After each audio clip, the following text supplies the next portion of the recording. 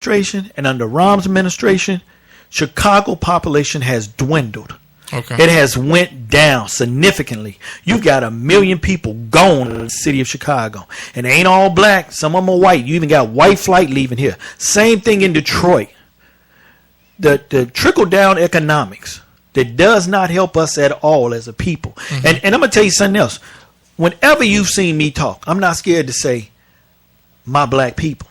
You get some people politically or so-called leaders will not say it. Okay. I admit, I'm proud of it, that I am a black man. So let me ask you this question. What's next for Frederick Collins? He's out the race. You're basically not really saying who you're backing. You kind of hinted, Chewy. Who are you? What is next for Frederick Collins?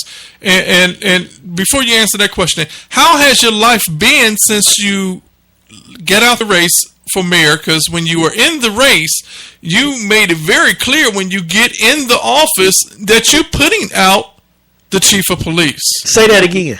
When you said, I'm going to say it again. You That's said right. When you get in the office of mayor, you're That's going right. to put the chief of police out. You're not in the race now. So how has your life been? Because you are a Chicago police officer. That's right. How has your job? How has your stability? How has your life been? Have you? How has your fellow officers treated you since you got out the seat? Let me tell you something. Race. Truth speaks to power. Okay. So since we're not in the race, and even before I got in the race, I spoke out on many issues. As you know, you've seen me at many town hall meetings. You've seen me out there in the street marching, holding signs, always out there on the front line. Like I said, I grew up in the Henry Horner Projects. You cannot lead from a position of fear. So I am the same person I was back then as I am today and will be in the future. But how has your job, has it affected Let me tell you something. Has he came at you in any way and said, hey, well, since let me tell you something. Nothing has happened to me. And let me tell you something. I'm not even in fear of anything happening to me. I got 22 years on the job. Everything that I've gotten, I've earned it. Nobody gave it to me, Rom. I didn't follow nobody's coattails and off their reputation get it. Mayor Daley, it wasn't handed down to me through a dynasty. I've only had the good Lord and my parents and my community to stand with me. And that's the way I roll. Simple as that. And if you're looking for real leadership, that's the way it should be. Okay. So you're back on the streets, doing your job as Chicago police officer. How has your neighbors taken it? They seen you out there running the campaign trail and everything. How has your family and your neighbors accepted? I know your family probably happy because you at home now more so to spend time with them. We're not gonna get into your personal life, but we're going to touch basically. We're going to touch on the basics. Well, you know what? I've been blessed. I have 2 daughters in college. I have my son in the 8th grade. He's getting ready to go to high school. And one thing I've always taught my kids, I sent you to school not to just get a good education or a great education so that you could work for somebody, but so that you could create jobs and come back and help out in your community. And so I've been really, truly blessed. I've got really good kids. I've got a great little granddaughter who's 3 years old. But my whole thing is this. Until we all make it, none of us make it. And I think Martin Luther King said this. I may not get there with you, but here's the key.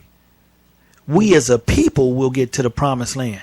When we come together as a people, things change.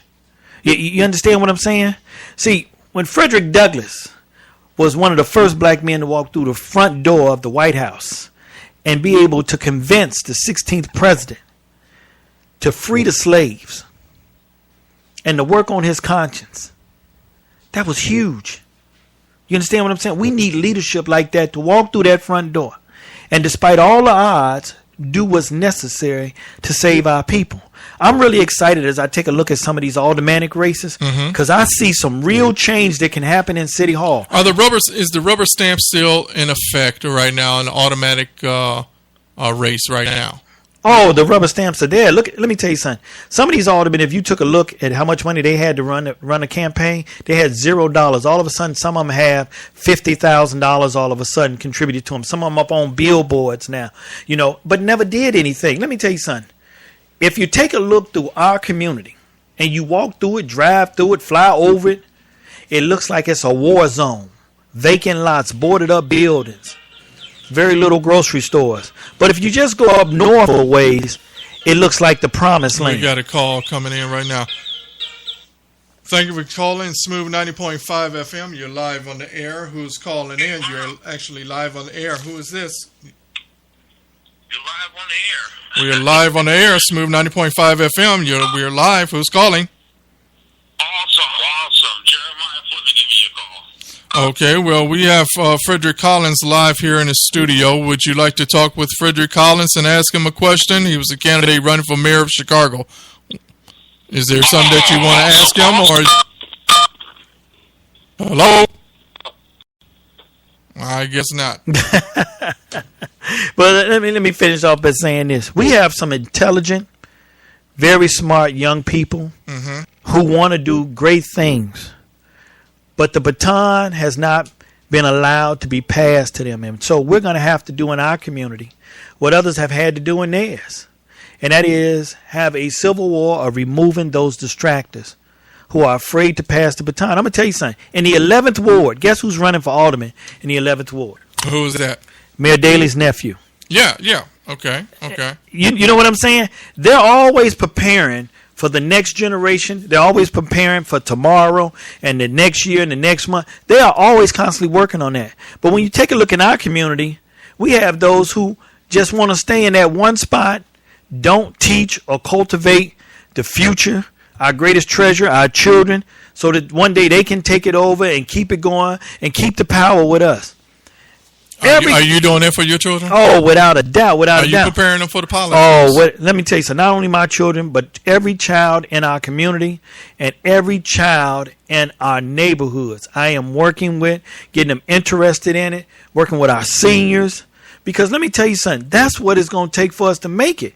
If you think for 1 second that we are living in a post-Civil War, a post-Civil Rights movement, you're fooling yourself. It's still here. It's still here. Let me tell you something. How can you have economic development when the resources are controlled by one group? Okay. Well, let me ask you this question. You're out the race now. You're on the street, still doing your job. Are you going to do it again? Are you going to run for governor? Are you going to run for mayor again, or are you going to run for governor? Well, I tell you what I'm running for now. I'm running to make sure that we continue to fight for those things that are necessary for us. What about running for chief of police? You don't run for chief of police. That's chosen by the mayor. Okay. That's one of the reasons why we went for the mayor. I always tell people, when you get ready to do something, have a plan and a strategy. Don't just jump up and do it. Have a plan and a strategy for what you do. Because guess what? There is a plan for every black or minority child born in this country. Believe it or not. They build jails based upon the third grade testing of children in the black and Latino community. Isn't that ridiculous? At third grade, somebody is sitting back going, okay, we're going to need more jails for this child. That happens for nobody else but us. So we've got to have a plan and a strategy and an objective of not falling into that. Okay. And if you take a look at that, what does it say in the Bible? My people perish for a lack of what? Lack of knowledge. And what are they closing right now? All right. Schools. Where do you get knowledge at? All right. So we got schools closing. We got hospitals closing. We got jobs gone. Jobs gone. But at the same time, 2016. Got a governor already cutting. He's already talking about cutting programs in Medicare. He's already cutting daycare. Did you switch over? Are you still a Democrat? Still a Democrat. Okay. Still a Democrat. So you're not switching over to being a Republican or independent? No, I'm going to be a Democrat. Okay. That's the way we're going to ride this out. We're going to ride it on out. Okay. So what's the word on the street? Is your name going to still have a ring to it, like Run Jesse Run? Or because he ran for president, is it going to still be Run Collins Run? Well, let me say. Or are you going to get back in the race? Well, let me say this. First of all, many of our leaders that have come before us, we thank them because that gave us a foundation in which to go. What we fight about is, now that you've opened up the door, allow us to go through that door. Can you open up the door now that you're not in the race and say who did not back you? Oh, let me tell you something. Can you honestly say that right now? Can you tell us who was it that did not back you? Because elections is Tuesday. Well, let me tell you this. Okay. Let me tell you this. I came out already and said we spoke to many of the candidates who were already in the race. When we got that number one spot, we even spoke to Robert Fioretti. We even spoke to Chewy Garcia. Hey, look, you guys galvanize and get behind us, and we'll take Rahm out. We'll beat him. Okay. He doesn't have that number one spot. Now, keep in mind, by the polls, he was only at 8%. Okay. He's only at 8%. Karen Lewis back in Chewy. You got Sun-Times and Tribune backing Chewy. Okay. Well, no. You have Sun-Times and Tribune backing Rahm. Well, we heard that. No. Sun-Times and Tribune and Crane Magazine are backing Rahm Emanuel. Really? Yes. Okay. And let me tell you something. All this comes down to political theater. Reality. So are you saying that Rahm is going to get back into office? Well, let me tell you this. The best chance we got to put Rahm to a runoff, realistically, is everyone to get behind Chewy. Chewy is in second place. The main goal is to get rid of the snake that's in there now. Okay. Okay. What makes you think that Chewy is not going to do the same thing Rahm is doing? We've already heard the commercial that from what the president said that Rahm he worked side by side by him, but he's hard headed. We've heard that statement that the president said that he's. If the president calls you hard headed, okay, what does that insinuate? So, but still, people are still backing Rahm Emanuel. Well, let me tell you something. You have to understand one thing. And are you out there? Are you on the campaign trail of bashing other candidates, or are you out there supporting candidates? Well, first of all, I've been neutral up until this point of taking a realistic look of where every candidate is at. Mm-hmm. Okay? And the best chance with only 2 days, that's all you got is 2 days. So unless one of them can raise somebody from the dead, Rahm is going to slip back in there. Let's just be realistic about it. We've got to understand when we passed up an opportunity and we need to start working on a contingency plan. You understand what I'm saying? See, let me tell you something. As a police officer, as people who served in the service, as a mother raising a family by herself, she not only has one plan, she has a contingency plan when that one doesn't go through. Okay. We had the number one spot. That was the plan.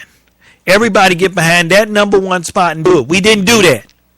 So now we need a contingency plan. And the contingency plan is to still get rid of Rahm, but who's in the best position to do it? It just happens to be Chewy Garcia right now.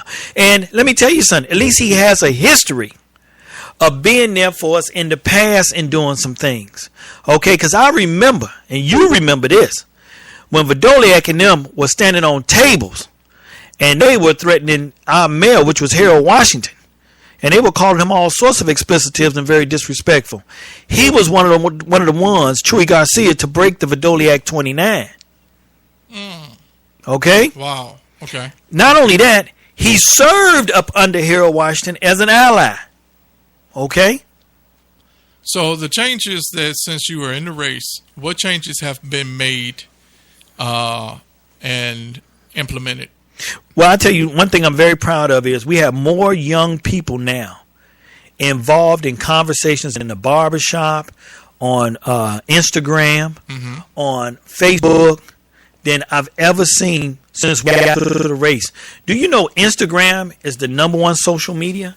It passes up Facebook and Twitter. Wow. So you've got a lot of youth that are eligible to vote on Instagram. Wow. Ladies and gentlemen, the phone lines are open. Give me a call at 708-343-3906. 708-343-3906. 90.5 FM, WGSJBC Radio. Go to our website, WGSJBCradio.com. And if you got any questions, go to our email. Email us, Instagram us, LinkedIn us, because we are live on iHeartRadio. XM Radio. We are live right now, and we are also on iTunes now as well. So device, we are on iTunes as officially Monday. So we are live. So you can also pull us up on your iTunes. Smooth 90.5 FM, WGSJBC Radio. We're going to talk a little bit more with Collins, and then we're going to let him go because we know today's his birthday, so he want to get to Gibson's. and get him one of them good old steaks. Smooth. Now